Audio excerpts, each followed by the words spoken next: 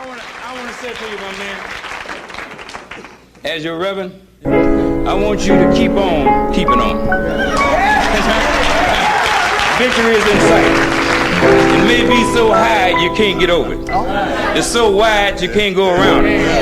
It's so deep you can't go under it. You got to go in the gate. I'm gonna tell you, in conclusion, he who sits on the red hot stove shall surely rise.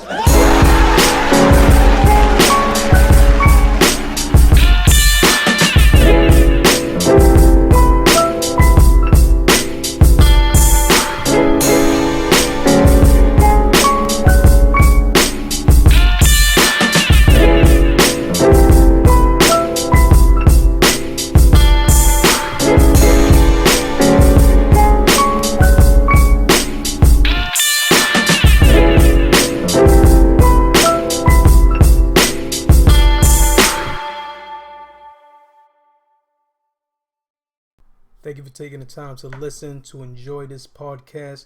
Like always, I appreciate the love and encouragement and everything that comes with just having this particular podcast out to the people. Like always, please send those poems of struggle out to the email so I can get that out to the people. Most definitely, we need that. Send as many poems, quotes, things of that nature that's going to benefit the people. Send that out. As far as people support these particular films, like always, we still supporting the brother Nate Parker with the film Birth of a Nation. It is still in the films. He can still get everything and get what he needs out of this film to the people. We really need to take the families out to see this. Very educational for the family and also for just generational knowledge out of watching this film. Please take the time to see Birth of a Nation. As far as clothing, please support the brothers out there in Jamaica, Queens, and GBNY out there in the Coliseum. Pretty much got everything, to the hats, to the shirts, to the shoes. Everything that's up to date is going to be there. Timberlands and everything of that nature. Please go down there and support those brothers. As far as books, please support my brother Kenyatta Griggs with his book that he has on iTunes and also Google Play. Very, very, very educational because it helps everything with just listening to what this brother got to say. This is an audio book, so please take the time to download that on iTunes or either Google Play. Without anything less, I'm going to go directly into my guest. Just knowing this brother and seeing his history and his lineage and everything that occurred with him, just watching him on the documentary. I believe it was like either a short film or documentary, Brick City. I just had to try to get a way to get this brother on the line. Jiwe, thank you so much for coming on the show, my brother. Thanks, man. Appreciate it for having me. Not a problem, my brother. Like always, just for the people that are listening that just aren't as knowledgeable about you and your situation, brother, can you give them a simple background, a history of your just growing up and things of that nature? Yeah, I'm from New Jersey. 35 years old, man. I'm the first generation of the Bloods in Jersey. I'm part of that network who brought it over here. I was young, I was 11 years old, and I grew up the traditional way through the inner city. No dad, mom was, involved in drugs, heavy alcohol. So myself and my brothers pretty much raised ourselves. So kind of left the door open for us to kind of looking for something to be a part of. So that was really the origin for me. And just throughout the years growing up, I kind of kept it going. So I became an adult, started getting locked up, going to prison, and I think just to fast forward a little bit to the current state. Through all my trials that I've been through, jail and deaths, funerals, and all of that, I think for myself, I was lucky and spared through all my years out there. Because eventually, the light went off for me. So that's really where the changes took place in my life. And now I'm dedicated to kind of restoring a lot of the things that helped to them. Absolutely, absolutely. And that's very beneficial, my brother. And I just want to, like always on this particular show, and the people that listen, I always give out applause and kudos for individuals that don't receive it on a larger scale, because pretty much they look down at us as if we're just thugs, niggas, and everything else that don't receive anything and don't deserve any kind of kudos because we're not doing it up to their standards or what they believe we should be doing. I commend you, my brother, because I know what you do for your community and I see what you do for the people. And also in the basis of just in the gang culture, you are more on the basis of a UEP Newton. I'm just gonna put it out there like that, brother. I don't really view you as just some dude that's just part of the Bloods and he just gang banging and doing stupid shit. I hear the conversation, I see the things, I did the research, and just seeing you from different phases, because I try to just go into it like, okay, if this dude is one way in this sector, let me see how he is in that sector. Right. From seeing you on a documentary, then seeing you on a battle rap scene when you was there to hold your man Arsenal down, I really saw the same person. That's why I commend you on that, brother, because you never changed up no matter situation. Even when it got critical, you still remained level-headed and a good dude. I want to appreciate that and give you applause for that, brother. Appreciate it. Gratitude, homie. Gratitude. But just in general, Jiwe, also you're a very, very accomplished author, brother. Is there something you can tell the people about the book you put out and everything like that? Well, actually, I got 2 books out. The first one was published in 2008 called War of the Bloods in My Veins. I actually wrote that while I was in prison in Delaware, DCC. And I just really highlight how I got started in the gangs. Just my trials, tribulations, my upbringing, things that I've seen and done. And it kind of it goes in chronological order all the way up until going to prison and being released. And then my most recent book, Don't Let My Tears Fool You, I dropped that last year, 2015. And that one was more so just, I think that one has a much more spiritual backdrop, because out of all my years of going to prison and just being out in the streets and just living reckless, this prison time that I was facing, I was facing a life sentence. And, I had an epiphany in myself. Something happened in there. I felt like something came over me, man. And I even in the midst of feeling like I didn't know what my future was going to be, I found some comfort in getting close to God, speaking with him. It was the first time I had ever really opened myself up to hearing what he had to say. And it comforted me while I was in there. So when I came home, I dedicated my life to staying in that space that I was in when I was in that cell in my face. I wasn't thinking about my homeboys. I wasn't thinking about clubbing and partying. I wasn't thinking about none of that. And I never wanted to lose that feeling at that moment, So ever since I came home, I beat that trial. I've been dedicated to staying in that space, and that space is what gets me through the days. To keep me home, keep me out of trouble, out of the pen, out the grave. So I'm thankful for that experience, because I think me going through that is really what opened my eyes to what the future has for me. Absolutely.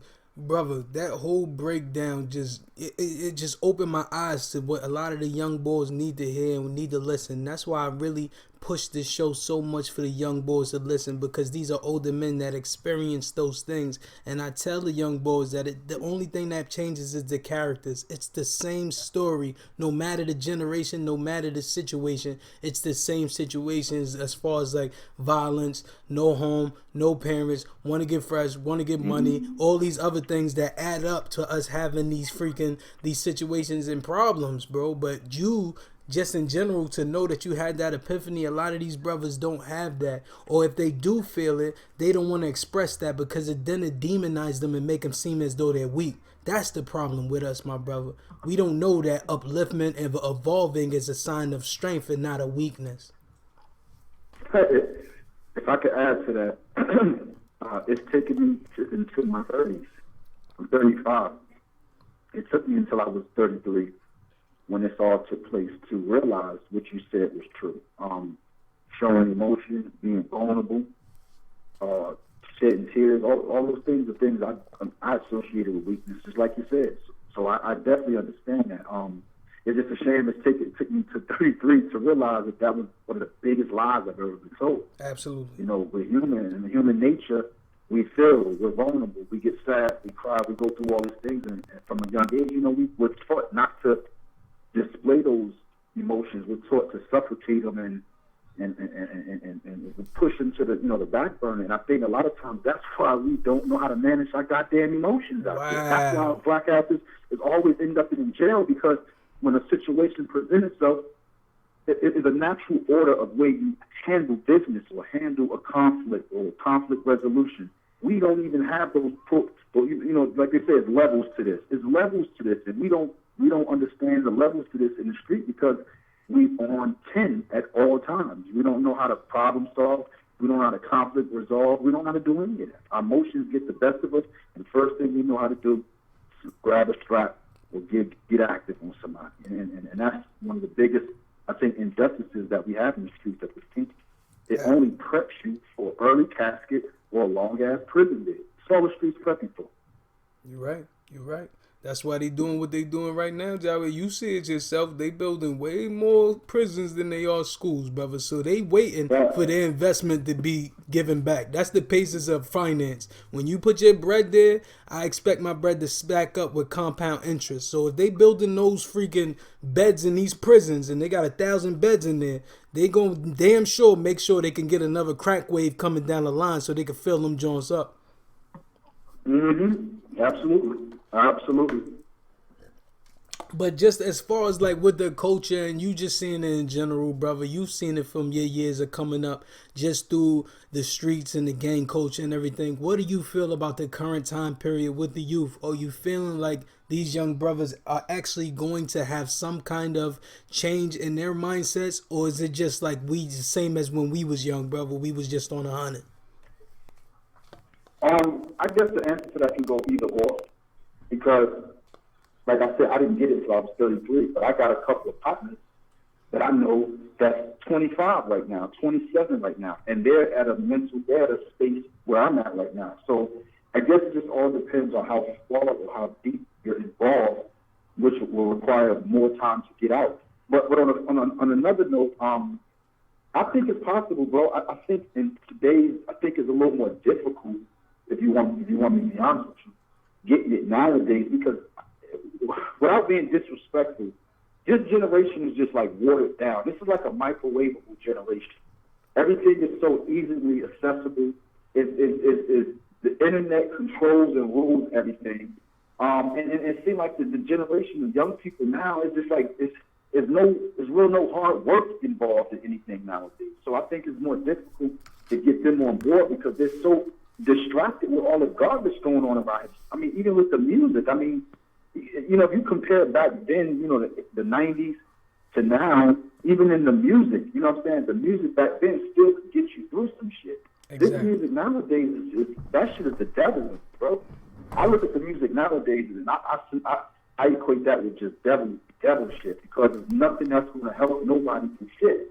All it does is just promote and encourage you just to be a little more higher, a little more drunk, pop more pills, and it's just the generation is lost, man. I think that I don't think I'm the only person out here that's doing what I'm doing, but I just think it needs to be more of that on the platform.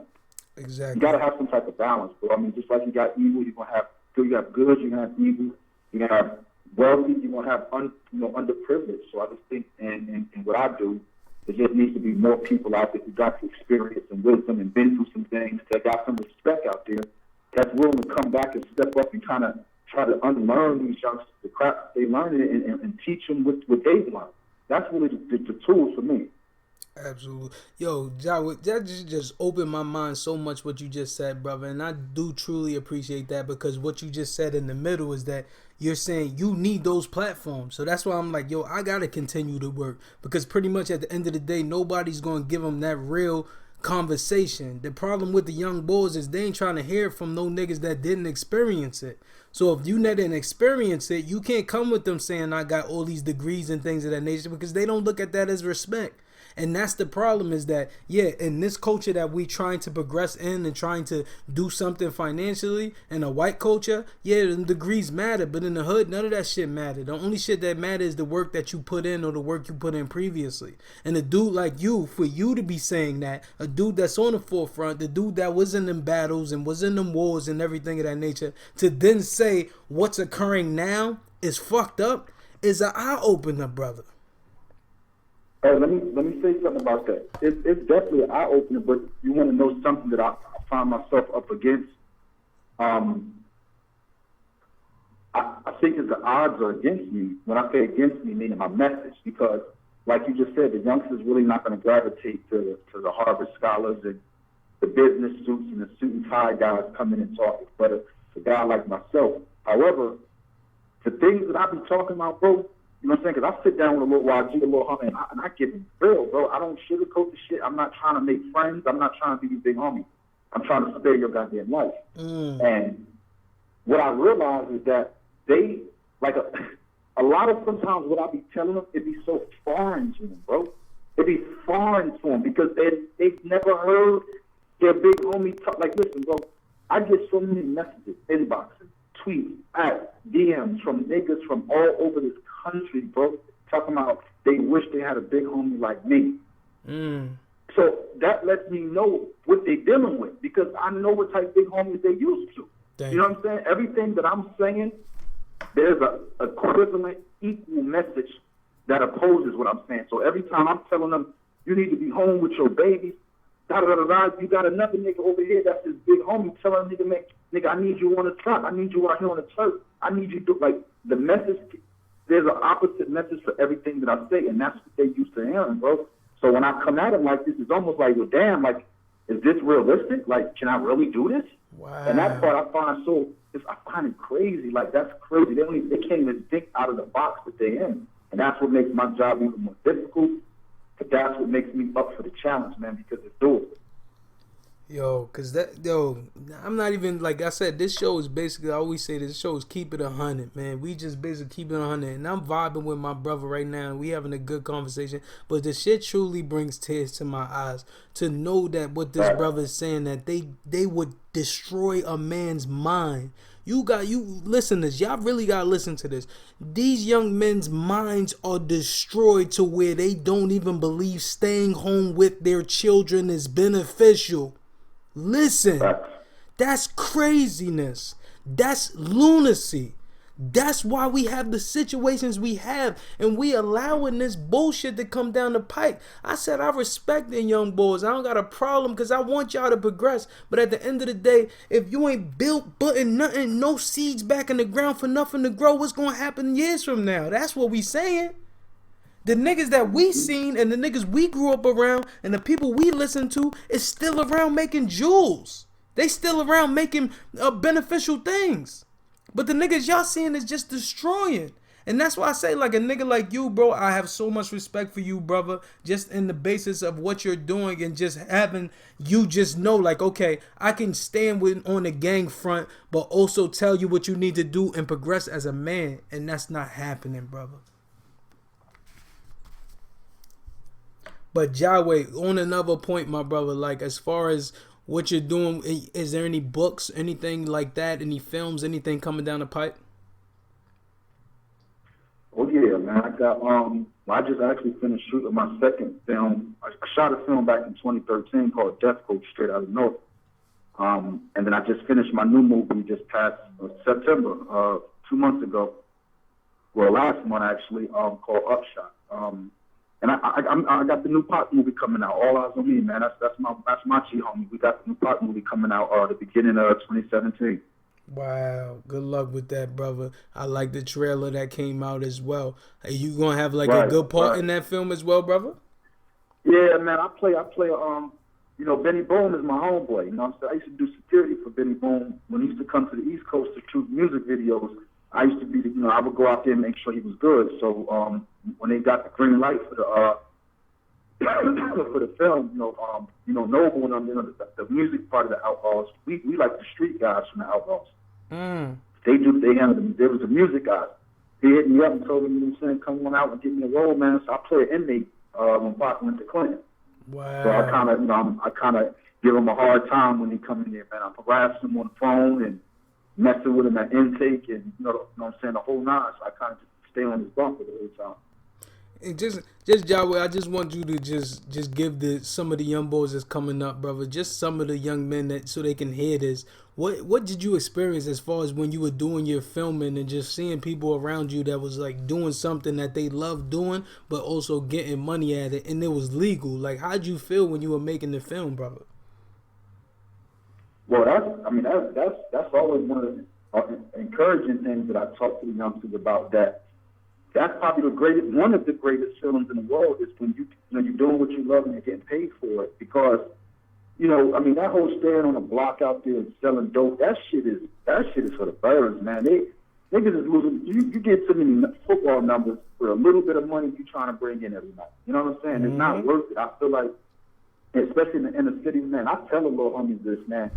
We are some of the most creative beings in the world. You know what I'm saying? We're some of the most creative beings in the world, and we're just mismanaging and misdirecting our talents. You know what I'm saying? I understand that, we have this I got to get it how I live it. But I say that's bullshit because you just being lazy because there's a lot of other ways you can get it. Your ass just lazy and you don't want to get up off this damn block and go out and get it. You don't want to jump on a train and may have to travel 30, 45 minutes to a job or something. You want to be lazy, and that's a big part of the problem with these youngsters out there. Lazy as hell. That whole, I'm out here in the struggle, that's bullshit. You ain't tried enough outside of the struggle or outside of your neighborhood to try to get a job or try to provide for your family. You are just content with doing nigga shit on your block. And those type of guys, they end up learning the hard way. So that's why when I bring my fellas with me, I show them. They get to see me in meetings. They get to see me travel. They get to see me make money. And even some of the film, I just finished the Spike TV series where I brought about 20, literally about 20 of my people, homeboys and homegirls, with me to film for this new series we just did. And I got everybody paid. And I do that just to show them, like, you can get paid for doing legitimate shit. And it shit feels better when you got money from working like that. It feels better. So I always encourage them, man, to shift your energy from that negative hustle that you got and find something that you could do that can apply that same adrenaline, that same energy you got into something where you ain't got to worry about losing your freedom over it, huh? Thank you. Because at the end of the day, all you're doing is hustling for lawyers and bail money anyway, damn it. You said it. You said it. And that's the whole basis of the situation. It's pretty much the saddest part is that within the names of the things are what the objects are. The project is a project. The trap is a trap. Right. So it's like, it's the saddest part is to see the words that really mean what these things actually are. Yes, this is your life. Yes, you're going to die. Yes, you're going to go to prison. Yes, if you keep glorifying these certain aspects of lifestyle that's just in the negative, it's going to be a bad outcome. So it's like everything has to be on a balance. And I really truly see that, brother. I see it as like, we don't, like what you're doing. I don't see a person cutting off the street. You can have those connections, but the connection you have with your brother must be on a positive level, and that's what makes change, and that's what makes a lot of these brothers start to reflect and look at what I'm doing. Because Jiwe did it. He was here sitting with us last week, and that nigga doing films and stuff now. What we doing with our life, bro? And that's when they start to question. And as you start to question, the problem is that as young males with so much aggression and frustration and anger and no way to really gear it into what anything positive or anything that's going to benefit us, because we don't really have those type of figures around us, we then knock that out because we don't critically think, brother. Like we said in the beginning of the show, like you were saying, that's the basis. We don't have critically problem solving and things of that nature. We don't really contemplate actually doing something positive to make the bread. Like you said, they're lazy. It's easier it's comfort in stupidity, brother. It's comfort in laziness. It's comfort in that. If I can know I can just go downstairs and just sit on the block all day, talk to bitches, sell a couple of things to crack and go back in my crib and lay down and smoke all the day I want, that's what I'm going to do, brother. But if you start to look at it day after day after day after day after day, and then you start to look at a person like you progress and do the things that you're doing currently, that's what makes the man either become more empowered to do better, or he becomes that sideline hater dude. And that's what's the saddest part, is that you seeing more of a sideline hater dude than you seeing of the progressing man saying, okay, no, I want to do better. That's life, bro. But Jiwe, just in closing, my brother, this was a great interview. Is there anything you want to say, anything you want to plug? This is your platform, my brother. Well, yeah, and I'll just say, I mean, I could talk for hours. But I'll say this, man. In this whole thing we call reformation or change, there's many different roles that people have to play to make change. It's almost like a football team. You know, everybody has a different assignment, but it's all one goal. And in this thing and trying to change these youngsters, it's more than just telling the youngster to put down his gun. It's more than just telling the youngster to stop selling dope. There's a lot of other issues out there that contribute to getting us to a point where we feel we have to have a damn gun. And I always encourage people, to educators and just the different people who are in control of these type of organizations, that we have to address all areas. You cannot just tell a kid to put down a gun. You cannot just tell a kid not to be a criminal. We have to teach. Half of these young guys, bro, don't even possess basic life skills. You understand what I'm saying? Basic life skills. Basic communicative skills. They don't even know how to, they don't even possess that. Sad. So it's bigger than just get yourself a job, because you get them a job and they 9 times out of 10 going to fuck that off, because they don't even know that they got to take their dumb ass to sleep at night and not party all night so they can get up in the morning. Exactly.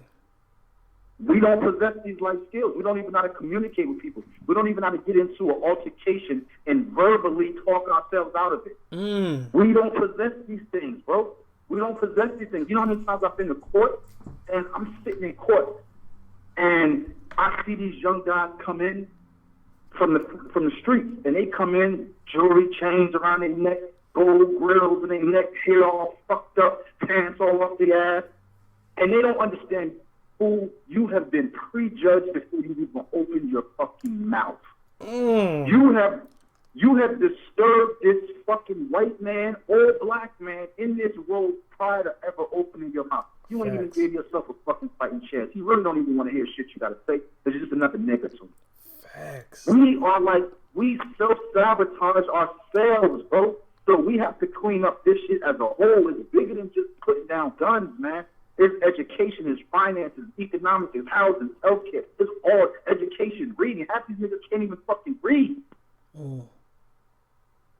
We got a problem on our hands, man, and I think that we need more people that's in position to step up and do their damn parts. This is not a one-man job. This is not just a Jiwe job. This is everybody job who have some type of platform, who have some type of resources or a network that can benefit those that are underprivileged or those that are out there in the inner cities that's struggling out there, man. And I always encourage you young brothers, man, we got to get a little more educated, man. We can't sit around and wait. Nobody going to come and save your ass, man. This is not Disneyland, man. You got to go out, you got to fight for your own goddamn life. And that's what I tell them. You got to fight for your life, man. You got to fight for your life. Damn. Yo, that's what I needed, brother. Yo, Jiwe, just God bless you, brother, honestly. May Allah bless you and your family, brother, because basically you're an unbelievable man. And please pass that on to the next lineage. Don't let that die off. Don't let that warrior spirit and that knowledge die off, please. Pass that along as much as possible so it goes to the next generation so you never die, my brother. Unbelievable interview. Unbelievable talk, unbelievable closing, my brother. Please keep in contact. Please tell me anything that's going on. I don't care if it's films, music, anything you have, send it my way. Like every other show, I tell my brothers, there are no charges when it comes to my family, and there's no fees when it comes to my brothers. Send that. We'll get it on the show, brother. Thank you so much for the talk.